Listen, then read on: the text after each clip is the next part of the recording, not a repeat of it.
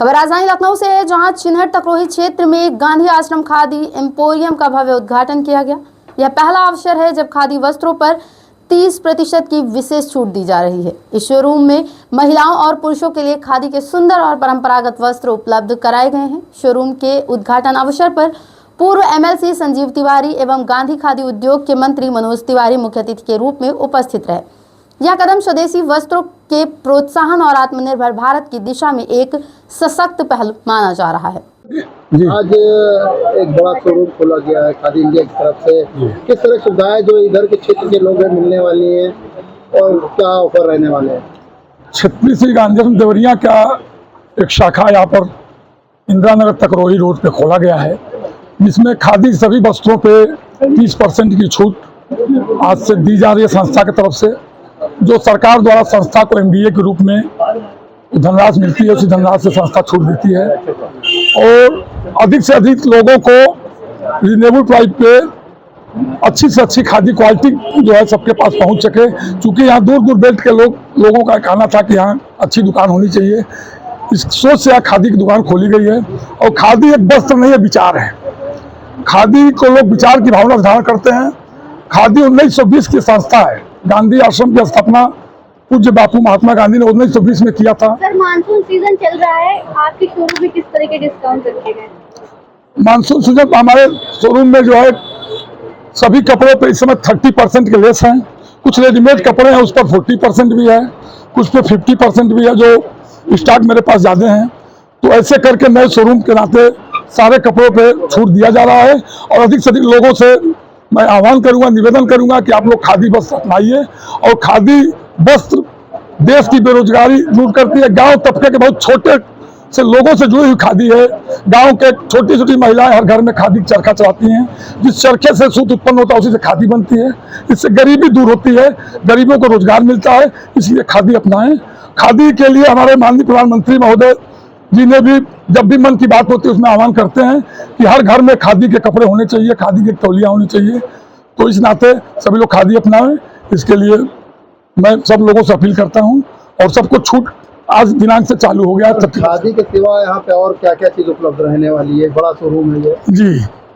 तो खादी के यहाँ से रेडीमेड के सारी वैरायटी कपड़े मिलेंगे, खादी के मसलिन के कपड़े मिलेंगे, खादी के रेशम में सारी वैरायटी के कपड़े मिलेंगे, खादी पोली में सारी वैरायटी कपड़े में, ऊनी कश्मीर के ऊनी के सारे प्रोडक्ट जो रहेंगे कश्मीर में जो बनते हैं वो मिलेंगे। हमारे गुजरात की जो खादी होती है, जो फाइन से फाइन खादी होती है, जो लीलन खादी में आती है वो भी मिलेगी। एक डेनिम खादी आती है पैंट के लिए, वो भी मिलेगी।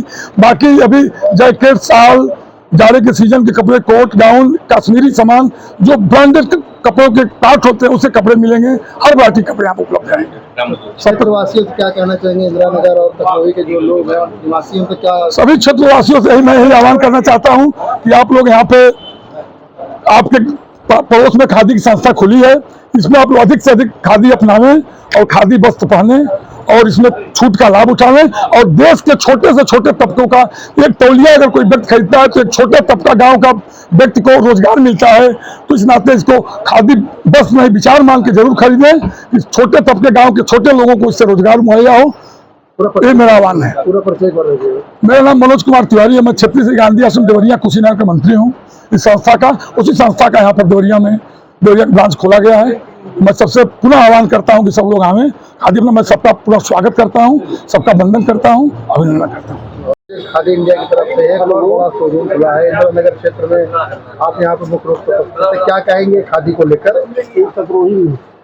खादी सिर्फ एक वस्त्र ही नहीं है, यह हमारी स्वतंत्रता के आंदोलन से जुड़ा हुआ है और भावनात्मक रूप से बहुत लगाव है खादी से। और खादी का स्वतंत्रता आंदोलन से बहुत गहरा नाता है। मशीनीकरण हो रहा था जिस जमाने में, यूरोप में औद्योगिक क्रांति हुई थी, उस समय हमारे ही देश का कपास ले जाके बाहर और वहां से कपड़े ले आके यहाँ बेचे जाते थे। ऐसे समय में गांधी जी ने स्वरोजगार के लिए आह्वान किया खादी पहनने का, खादी बनाने का। उस समय तात्कालिक रूप से उनके आह्वान पे सब लोगों ने खादी का कपड़ा बनाना शुरू किया। तो देश के लोगों को स्वरोजगार मिला, देश का पैसा देश में रहा, देश का उत्पाद देश में रहा, बाहर भी गया। और खादी को बढ़ावा देना चाहिए। पूरे देश में हर कोने में खादी उपलब्ध होना चाहिए।